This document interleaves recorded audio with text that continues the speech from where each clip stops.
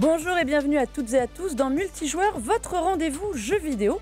Eh bien écoutez, cette semaine, on va parler d'une nouvelle venue qui arrive aujourd'hui même. La première console portable signée Xbox, mais pas seulement. Vous allez voir, on va faire un petit point avec mes deux invités, dont une nouvelle tête que vous avez vue au soleil. Eh bien, on l'a fait venir en plateau pour changer.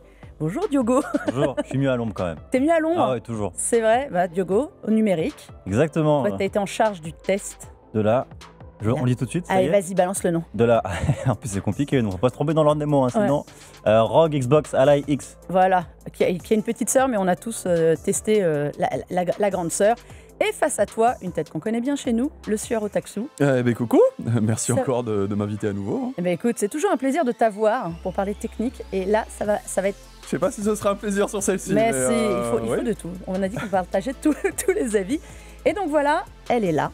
Tadam, tadam, la nouvelle Rogue Xbox Ally X. Eh bien voilà, ça va être le cœur de cette émission. On aura des petits jeux à vous recommander aussi après, et pas forcément sur la console. Mais bon, on va faire un long moment sur cette console. C'est notre actu à chaud de la semaine.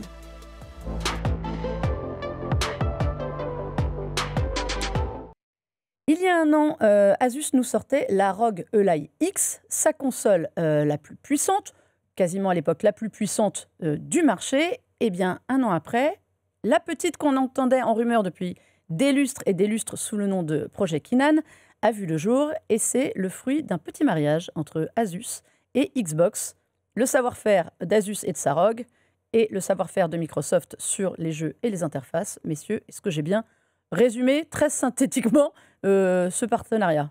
Bon, à peu près. Merci Diogo. Elle a été annoncée.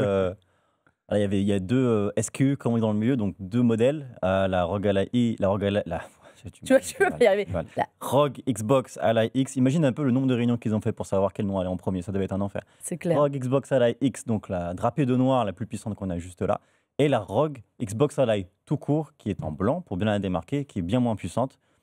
Et elles arrivent très bientôt. Le 16, aujourd'hui même. Aujourd'hui, voilà. Parce que nous, on l'a depuis quelques jours en main, donc après, on est vite perdu dans les dates. Et elles ont un sacré tarif de vente. Ouais, alors garde la surprise pour la fin. On va déjà dire, on va essayer de voir s'il y avait, si c'était le bonheur. Otaksu, toi aussi, tu avais testé la ROG Ally.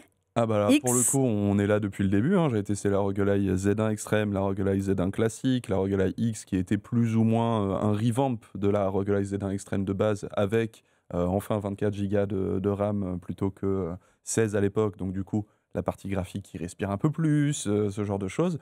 Pour moi, cette ROG Xbox Ally X, c'est surtout l'occasion pour Microsoft d'avouer que cette catégorie existe et d'essayer d'optimiser Windows pour elle. On avait des rumeurs d'une version de Windows faite spécifiquement pour ces consoles. Au final, on voit bien sur ça que c'est plutôt une sorte d'interface de surcouche optimisée. Maintenant, on garde Windows intégralement, ce qui, je pense, est une bonne chose, justement, pour cette catégorie. C'est intéressant ce que tu dis, parce que c'est un point qui avait fait un peu grincer des dents les joueurs sur la ROG Ally X. Pourquoi est-ce qu'ils sont allés chercher? Moi, j'aurais demandé pourquoi ils sont allés chercher Asus là-dessus. Eh bien, parce que c'était la version la plus optimisée pour une console portable sous Windows 11. Ce qui est intéressant, parce que les joueurs, en général, disent Windows 11 non. Oui, mais en même temps, si tu regardes un peu... Alors moi, je suis dans la catégorie... je suis dans cette niche, quoi. Toi, c'est ton truc, quand même, les consoles portables. J'ai pas un regard externe, macro sur la situation. Je sais ce qu'est ma niche. Et pour le coup, un des grands arguments de la ROG Ally depuis toujours par rapport à un Steam Deck, c'est justement Windows. C'est la possibilité d'installer n'importe quel jeu, et bien sûr n'importe quel anti-cheat pour jouer notamment à Warzone ou ce genre de choses, où c'est impossible sur Steam Deck aujourd'hui, faute d'utiliser Linux. Et il y a aussi une frange parmi cette population qui l'utilise vraiment comme un ordinateur portable, donc avec un Windows complet, un Word, tout ce que tu veux dessus, et ils ne veulent pas se séparer de cette fonctionnalité-là. Et ils ont toute mon admiration. Ouais, c'est clair. Diogo, est-ce que tu peux nous présenter cette petite... je vais jamais y arriver. Xbox Ally X. Je vais dire comme ça, je suis désolée pour Asus. N'y voyez rien de personnel, c'est pour la différencier de la ROG Ally X. Quelle est sa différence? Quels sont ses points forts? Ses points forts, l'ergonomie, vous avez vu, elle a une forme qui est quand même assez particulière. On dirait une longue manette, un peu comme le qualité de la PlayStation Portable, tu sais, le Portal. La sorte d'écran déporté avec la DualSense coupée en deux, etc. Là, c'est un peu le même principe à peu près. C'est-à-dire qu'on reprend vraiment les boutons, le stick, les gâchettes de la roguelike classique et on y appose 2 poignées. Alors mine de rien, ça fait que c'est un produit qui n'est pas forcément très gracieux à voir. Ça fait un produit qui est très gros, un produit qui est un peu lourd. Je vous montre la première à côté pour que vous puissiez comparer. On a ceux qui voient l'image, on vient de là. On vient de ça, et aujourd'hui, on en est sur la version Xbox. Ça fait 30 grammes de plus par rapport à la Roguelike X précédente, qui était à 684, il me semble. Je peux vous dire que les deux en main, ça fait quand même du poids. Oui, mais alors pour le coup, je trouve que l'ajout des poignets fait qu'elle paraît plus légère que la Roguelike X. Le poids est bien mieux réparti. On est bien d'accord là-dessus. De toute façon, l'ergonomie, ce qu'on est d'accord, taille d'écran identique sur les deux. Identique, on reste à 7 pouces. Même dalle. IPS LCD 120 Hz. Ce n'est pas de l'OLED. Ouais, Alors, est-ce que c'est un point qui vous a gêné ? Non, parce qu'il est bien calibré. On est d'accord. On a fait les mesures chez Unimec, on a trouvé une bonne colorimétrie, une bonne température d'écran, la rémanence est correcte, la réflectance, un petit traitement anti-reflet, pas grand-chose, c'est pas un effet mat, mais assez pour pas avoir genre le carré de ton open space sur l'écran. Ouais. Mais l'écran est pas mal, mais le problème c'est pas tant la calibration, la qualité même, c'est sa taille en fait, 7 pouces. Moi, ça devient juste. Moi, je trouve ça. Ils avaient juste à l'élargir un peu en haut et en bas et faire quelque chose parce que quand tu vends une console avec, en tout cas la X avec la promesse de beaucoup de puissance, j'aimerais bien pouvoir avoir la puissance à l'écran. Donc en fait, si on est à pinailler pour 2-3 pixels par rapport à ce que je peux voir en fait sur une dalle 7 pouces, moi ça me semble assez contraignant. Alors Otaxou, t'es pas d'accord ? Pourquoi ? Ça te dérange pas les bandes ? Pas du tout. Mais je sais que je suis pas forcément représentatif du plus grand tour, parce qu'effectivement tous les retours qu'on voit, notamment sur ma chaîne, c'est toujours genre pourquoi c'est que 7 pouces.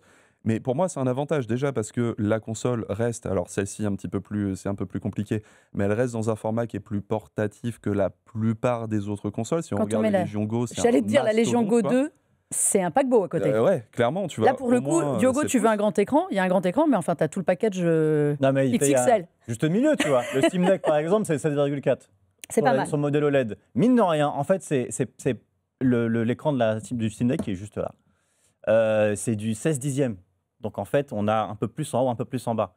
Tous les jeux ne sont pas optimisés pour cet affichage-là. Mais mine de rien, cette petite différence, elle apporte un certain confort visuel, je trouve, par rapport à une console qui a des énormes bords noirs autour de l'écran comme ça. À une heure où on aime bien que nos objets tech aient le moins de bordure possible, je trouve ça un peu dommage. C'est tout. Mais du même temps, il faut aussi optimiser les coûts parce qu'on se plaint du tarif qu'on révélera à la fin de toute évidence. Gardez le suspense pour la fin. Mais il faut voir que, voilà, par exemple, les gens qui crient il fallait une OLED, il fallait absolument une dalle OLED, un truc comme ça. Une dalle OLED qui est compatible VRR, c'est la moitié du prix de la console que vous rajoutez en fait. Et ça se voit sur la Legion Go 2.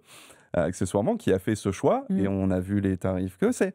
Là, si on arrive à conserver quand même un tarif relativement cohérent, il faut faire des sacrifices, très clairement. Et c'est un sacrifice auquel je consens, puisque les spécificités sont faites pour le gaming. On l'a dit, la calibration est exceptionnelle, mais le fait d'avoir le VRR est super important sur ce genre de console. Alors vas-y, donne-nous les aspects techniques sont des points forts pour toi sur cette console. Alors honnêtement c'est bête, mais venant d'une Roguelike X, le moteur de vibration est incroyable, juste incroyable. On est clairement au même niveau qu'une manette de Xbox et c'est, je trouve, un des ajouts techniques les plus frappants sur cette console pour le coup. Évidemment on a parlé de l'ergonomie, mais après le reste ne bouge pas vraiment, sorti de la puce centrale maintenant. Extrême. Qui est le Z2, le AI Z2 Extreme, c'est-à-dire que c'est un Z2 Extreme, mais on a gardé le NPU, donc la partie dédiée au calcul d'intelligence artificielle. Elle ne sert absolument à rien sur cette console, puisque le seul truc d'intelligence artificielle lié au gaming qui est intégré, c'est le copilote version gaming qui passe par serveur et qui ne fait pas ses calculs localement. Et ça sert à rien. Ce NPU ne sert absolument à rien actuellement. Maintenant, c'est aussi ouvrir aux développeurs la possibilité d'utiliser sur des trucs qu'on n'utilisera probablement toujours pas, puisque ça reste l'IA. On sait que, tu parlais d'IA, on verra si cette puce sert vraiment, mais on sait que Microsoft travaille sur beaucoup d'ajouts IA. Donc là, on l'a vu avec Copilot Gaming qui arrive, qui est censé vous aider en fonction de ce que vous avez à l'écran et en fonction des jeux qui sont évidemment partenaires, vous donner des conseils pour avancer, on l'a pour savoir où aller. C'est pas ouf. Et je sais qu'il y a beaucoup de... Moi, j'ai vu des versions un peu qui vont arriver après. Normalement, ça va être mieux. C'est work in progress. Il faut que les développeurs jouent le jeu aussi, sans doute, un petit peu. Et après, il y aura beaucoup d'aides à l'IA qui vont arriver, des jeux à l'IA qui vont arriver ils en testent aussi. Des jeux Alia, ça ne tournera jamais sur un NPU. Hein, donc, Voilà, c'est ça. Il faut voir à quel point ils ont mis, jusqu'où ils ont mis le curseur du futur sur cette puce-là. Jusqu'où ils ont mis le buzzword en vrai, hein, parce qu'on le voit aussi sur les ordis. Diogo, tu le sais, ça fait 2 ans qu'on voit IA absolument partout. Ça n'a jamais été utilisé ever. Ça embête les consommateurs s'en fichent et ça embête les constructeurs qui doivent se plier aux exigences de Microsoft pour avoir leur petit tampon qui ne sert absolument à rien parce que tout le monde s'en fiche. PCIA, voilà. À part l'autonomie, j'avoue que autonomie. Je ne peux pas le tester. Alors, on va reparler après du problème qu'a rencontré Otaksu. Donc, je ne te pose pas la question de l'autonomie. Diogo, moi, j'ai noté une légère amélioration de l'autonomie. J'ai trouvé qu'elle tenait plus longtemps que ce que j'avais. Est-ce que ça dépend aussi beaucoup des jeux? Est-ce que ça dépend des usages? On n'a pas eu le temps de faire un milliard de benchmarks d'autonomie chez nous, mais on a trouvé, j'ai pu faire 3 heures sur Gears of War Reloaded, qui est le remaster du remaster. Et la version améliorée du espèce de sorte de remake de Gears of War 1 qui était sorti en 2015 et qui est donc sorti il n'y a pas longtemps. 3 heures en mode perf avec les settings par défaut, c'est-à-dire les paramètres graphiques par défaut. J'ai pas voulu toucher parce que je me suis dit le jeu est certifié, optimisé pour la console, donc on va voir ce que ça donne. 3 heures, ça me paraît pas mal du tout pour un jeu qui est quand même visuellement assez charmant. Qui est gourmand, ouais. Je pense un jeu encore plus gourmand, type Cyberpunk que tu reparleras tout à l'heure, un peu moins quand même, mais on peut largement doubler, je pense, cette durée de vie avec un Balatro ou un jeu un peu moins exigeant. Il y a une flexibilité et une générosité au niveau de la batterie qui est quand même... en même temps, c'est une batterie de 80 Wh, donc il y a un gros morceau à l'intérieur. On est passé de 40 à 80 quand même. Donc, non, de combien si on compare à la ROG Ally X, c'est l'exacte même batterie. Hein, c'est 80 Wh. Ouais. Oui, si on compare à Ally Z1 Extreme, on était de mémoire, alors je ne sais plus, c'était 40 ou 53 Wh. C'est ça, c'est la Z1, c'est par rapport... La X était déjà... La X était déjà à 80 Wh. En fait, par rapport à la X, on n'est pas censé avoir une meilleure autonomie, parce que c'est le même écran, c'est le même truc. C'est la puce qui peut éventuellement aider. C'est ce que j'allais te dire, c'est la puce qui change un peu, parce que moi j'ai les deux et je joue sur la ROG Ally X depuis longtemps, et il y a des jeux, j'ai noté quand même qu'elle tenait un peu plus longtemps, j'ai noté aussi qu'elle chauffait un peu moins vite. Oui, ça c'est un vrai truc. Je trouve qu'elle chauffe quand même nettement moins vite, j'entends moins souffler. Il y a une nouveauté quand même, on va en parler, c'est le fameux bouton Xbox, qui est un peu la marque de fabrique, et la raison du nom aussi. Pour expliquer aux gens, ce bouton vous donne accès à la Xbox Game Bar surtout et à la possibilité d'ouvrir directement votre console sur l'interface Xbox sans avoir à passer par le fameux Windows 11 qui plaît tant à Otaksu et moins à moi.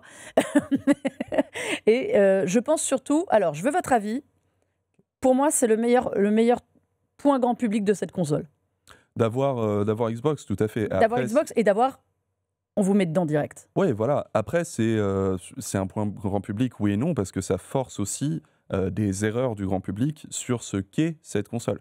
Parce qu'il faut bien rappeler que c'est Windows, c'est juste Windows, hein, qui s'ouvre directement sur l'appli Xbox et qui laisse certains services de Windows de côté. Mais vous permet d'avoir le store. D'avoir absolument tout, évidemment, d'avoir tous les launchers, d'avoir, si tu veux faire un Valo dessus, alors ça n'a aucun sens parce que sans clavier souris, un Valorant, ça aurait été chaud, mais pour avoir le Vanguard, le système d'anti-cheat, etc., complètement possible, il n'y a aucun problème. Enfin, on fait ce qu'on veut dans l'univers Windows ici, avec du coup une interface optimisée qui va permettre de gagner un petit peu en RAM. Alors de mes tests, je ne sais pas ce que vous avez vu, moi j'ai gagné 500 mégas, ça n'a absolument rien changé au truc, mais ça dépend peut-être des... J'avais testé Cyberpunk encore une fois, parce que nous ça fonctionnait plutôt bien, j'ai testé branché, j'ai testé en mode... avec le lancement à partir de l'application Xbox, donc de l'interface qu'on appelle Full Screen Experience, c'est comme ça qu'il l'appelle officiellement. L'interface plein écran, expérience plein écran. Plein écran, c'est la traduction paria que Microsoft adore pour toute son interface, mais bref. Ouais. La localisation est un problème chez Microsoft de partout. Terrible. Mais j'ai constaté une amélioration de 6 à 10% au niveau des performances quand tu lances à partir de l'application Xbox sur Cyberpunk en fonction des modes. Je trouve ça plutôt pas mal. Encourageant. Encore une fois, l'application Xbox, la FSE, elle se lance de façon optimisée au démarrage de la console. Donc en fait, si on passe sur le bureau de la console et qu'on veut repasser sur la full screen experience, on nous dit si tu veux optimiser tes performances au maximum, c'est-à-dire arrêter les process du menu démarrer, c'est-à-dire peut-être le pire truc logiciel que Microsoft a fait depuis 15 ans, il faut la redémarrer. Si on veut empêcher toute la télémétrie, encore une fois, Microsoft adore. il faut la redémarrer. Enfin bref, c'est pas aussi simple que juste passer d'un programme à l'autre. Il faut la redémarrer. À partir de là, il faut rester sous l'un ou sous l'autre. La bascule est parfois un peu plus complexe. Mais du même temps, il y a des grosses limites sur cette interface. Alors évidemment, c'est un premier jet, donc il va falloir améliorer des choses, notamment le fait qu'on ne peut pas ajouter la moindre application nous-mêmes. Ce qui est un gros problème. Si tu le vois par exemple sur 2xKO dont on va parler, 2xKO est sorti au moment où la console est sortie, à peu de choses près, enfin du moins en officiel, pas en bêta. Bah, il ne se met pas dans le listing en fait, parce que Xbox n'est pas au courant qu'elle existe cette application. Oui, alors ça, il faut repasser dans l'environnement Windows, aller la chercher. Windows, ou alors il faut lancer le launcher Riot, qui heureusement est au moins listé automatiquement, mais quid de toutes ces autres applications où Xbox n'est pas au courant de leur existence et donc ne les liste pas automatiquement. Pouvoir faire son propre raccourci, c'est une fonctionnalité de base de ce genre de launcher qu'il n'a pas encore.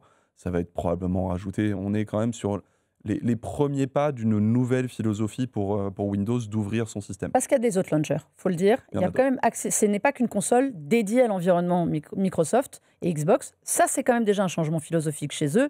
Ils ont autorisé Steam, Ubisoft Connect, Epic, Battle.net, GOG. GOG, ouais. GOG, j'ai un doute. C'est sur la roguelite, le Riot Launcher qui s'intègre automatiquement, qui n'est pas forcément dans la liste, mais qui s'intègre automatiquement. Vous pouvez aller les rajouter. Hein, il ne me semble pas que les GOG. Non, c'est sur la roguelite. Ah, il y a le launcher. Oui, mais ça, ils sont partenaires. Comme partout. Moi, j'aime bien cette interface full screen parce que je me mets dans la peau de quelqu'un qui voudrait jouer en balade. Après, je vais vous demander votre avis sur le fait de est-ce que c'est une Xbox en balade ou pas, parce que je trouve qu'elle est simple pour beaucoup de gens. Vous pouvez récupérer le cloud gaming, le Game Pass, l'accès aux consoles remote, c'est-à-dire les jeux qui sont sur votre Xbox à vous, si vous en avez une, parce qu'en fait là, rien n'oblige, à la différence du PS Portal dont on parlait tout à l'heure, qui nécessite quand même majoritairement une PS5, vous n'avez pas besoin d'avoir une Xbox. Je trouve l'environnement bien pensé pour des gens qui ne sont pas aussi au courant et aussi au fait des consoles portables que nous. Ça c'est le point que je note. On est quand même allé demander à Roanne Sones, qui est la patronne de tout ce qui est appareil Xbox. Alors c'était des consoles jusqu'à présent, maintenant on voit ce qui s'ajoute, et de l'écosystème, son avis sur justement cet environnement. Eh bien messieurs, vous allez nous dire après si vous êtes d'accord avec elle. Pourquoi est-ce qu'ils ont fait cette console Xbox Eli et Xbox Eli X? On l'écoute, Roanne Sones. Je pense que le jeu vidéo est une forme de divertissement.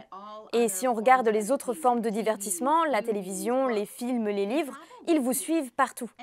Pour les jeux vidéo, ça devrait être pareil. Ils devraient pouvoir vous suivre.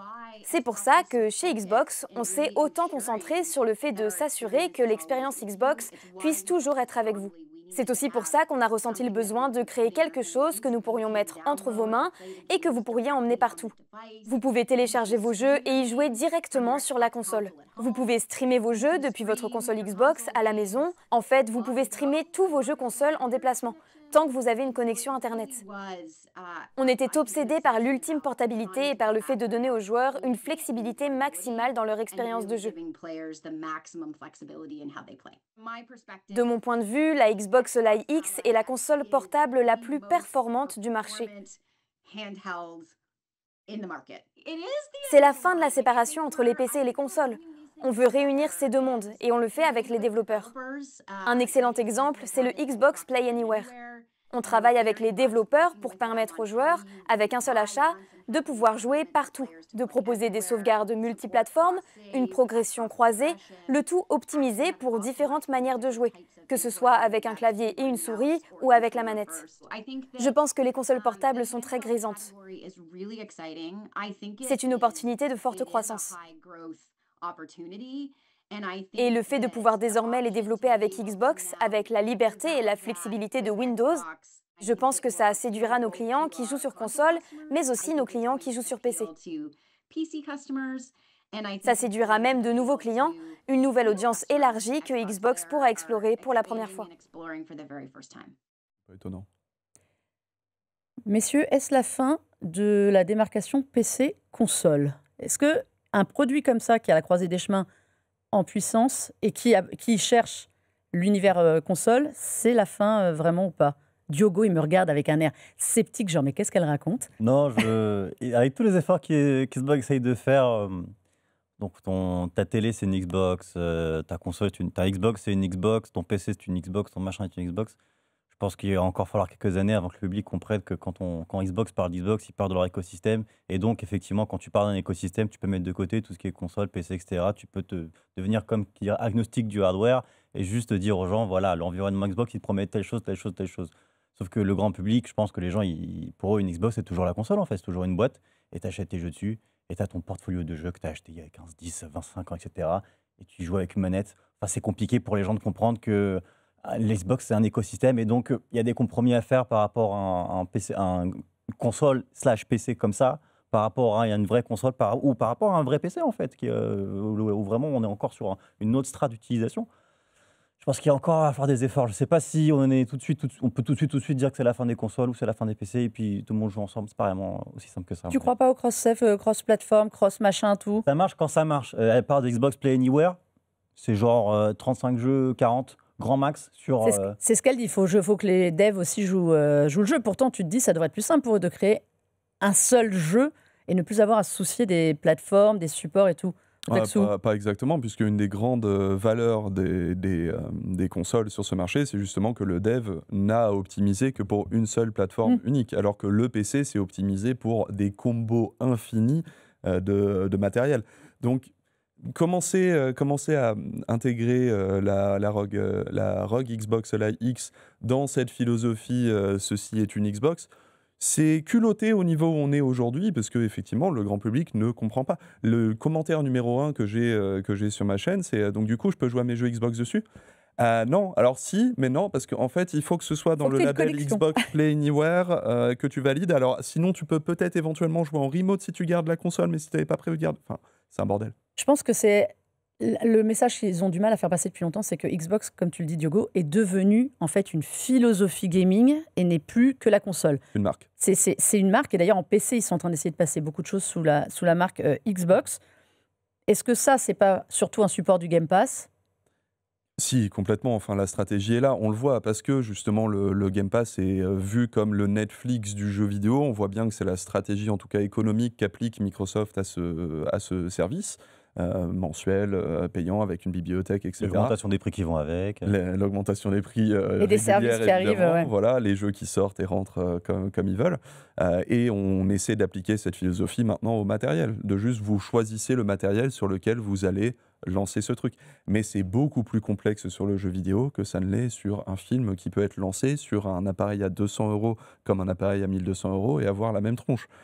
Tu fais ça sur une console, c'est beaucoup plus compliqué.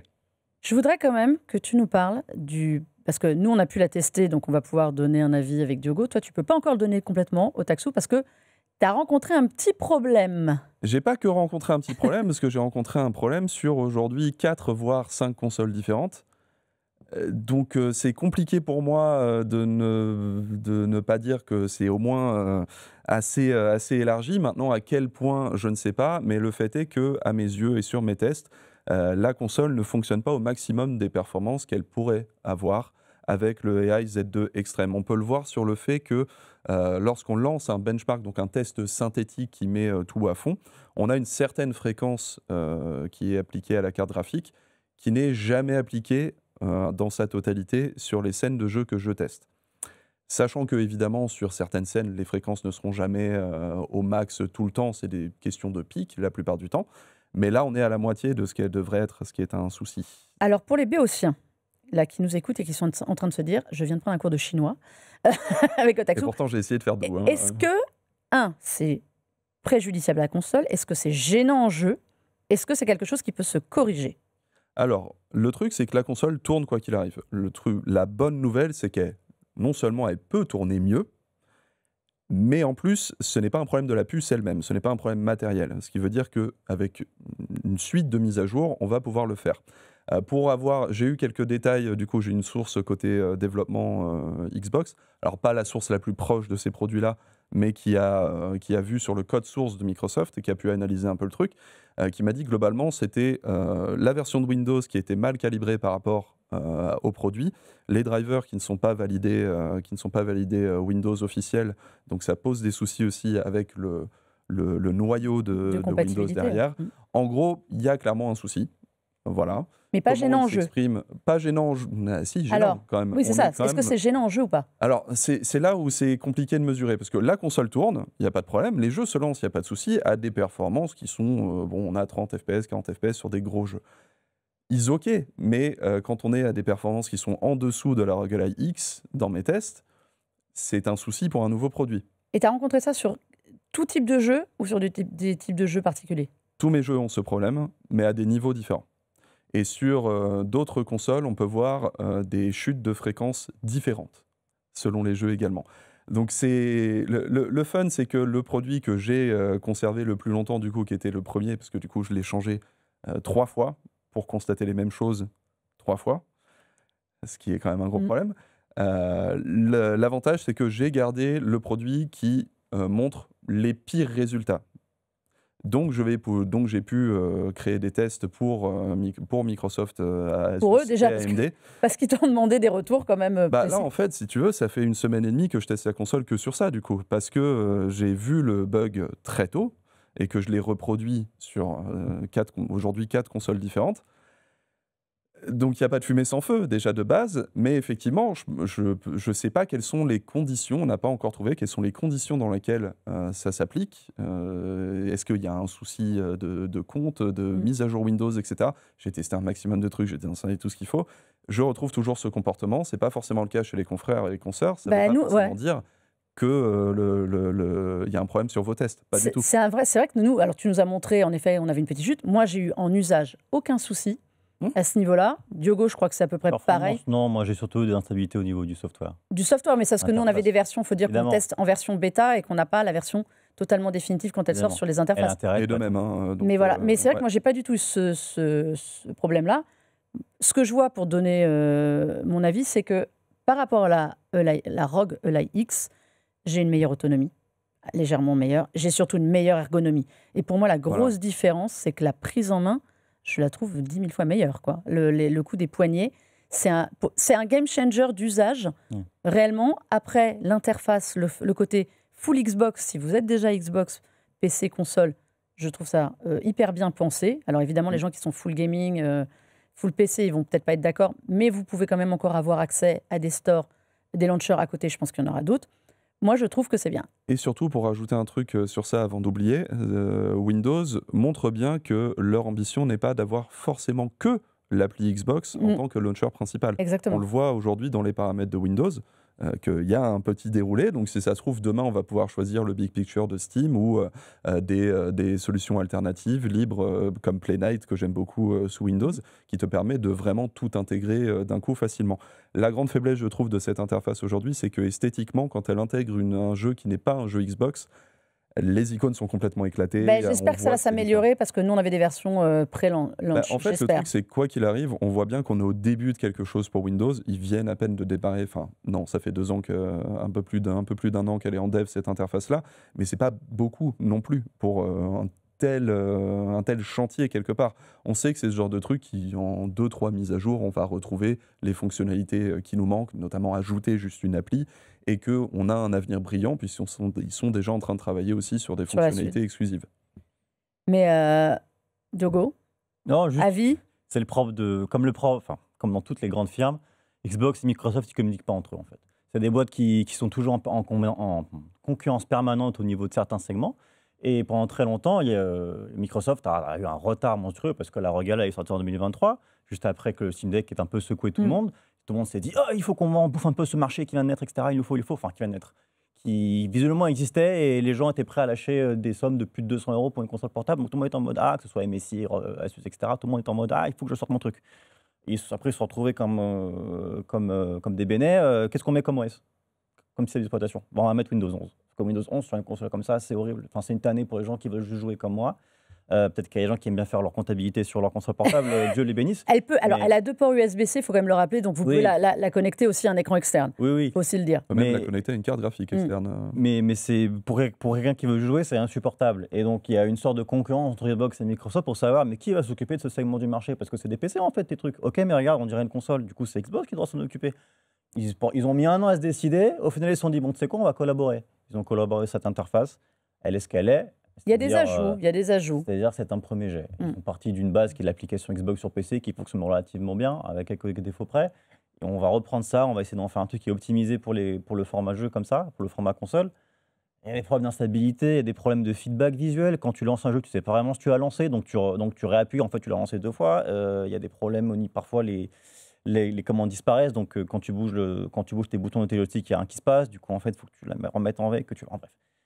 C'est encore, comme on dit dans les half-baked, on est à mi-chemin, ils travaillent encore dessus, c'est peut-être un peu tôt pour la sortir en fait, surtout tu penses ? C'est qu'elle sort aujourd'hui, à moins d'une grosse mise à jour bien sale, ça me semble quand même assez tôt de sortir un produit comme ça pour le public qu'il vise, c'est-à-dire les gens qui aiment bien Xbox, qui ont s'abonné Game Pass. Si tu n'es pas abonné au Game Pass, la plus-value, j'ai du mal à la voir vraiment. Ou que tu as une grosse bibliothèque de jeux. Par rapport à PC, tu as une grosse bibliothèque PC. Voilà, par rapport à d'autres modèles moins chers.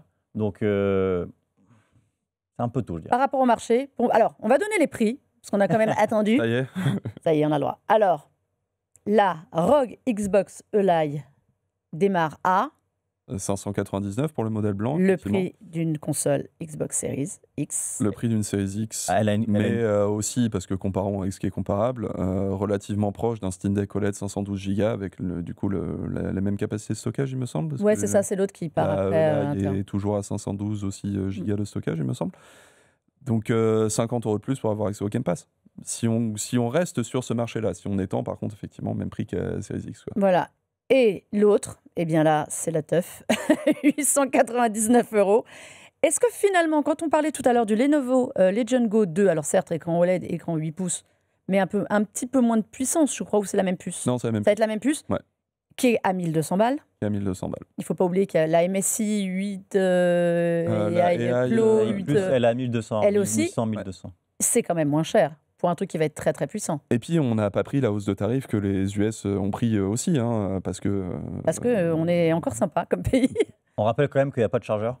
Non, ça il faut le dire, réglementation européenne. 40 balles chez Asus pour le chargeur officiel. Bon, voilà. Ouais, enfin c'est 10 balles sur n'importe qui d'autre avec les bonnes bon, le Kidam, il est là, il fait son panier et puis il se dit, il n'y a pas de chargeur. Et Asus, mais ça, c'est valable pour tous les produits européens aujourd'hui. Aujourd'hui, ils peuvent faire l'économie du truc, ils vont. Mais mine de rien, ça va sembler, je vais pas être pour un fou, mais à 899 €, la ROG Xbox Ally X est une meilleure affaire. Oui, je suis d'accord. Elle à 599. On est d'accord.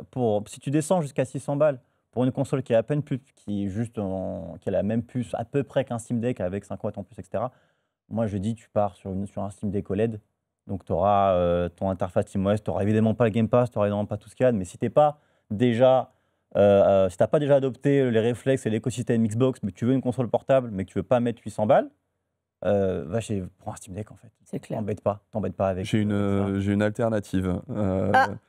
Vas-y, le roi des alternatives. Vous faites à acheter en neuf et prenez un ROG Ally X que vous pouvez trouver maintenant à 400-500 balles sur le Bon Coin, qui sera du coup haute performance, qui va finir par récupérer l'interface. On voit déjà les premiers pas aujourd'hui. Et voilà, vous avez le meilleur des deux mondes en fait, au meilleur prix. Et ben voilà.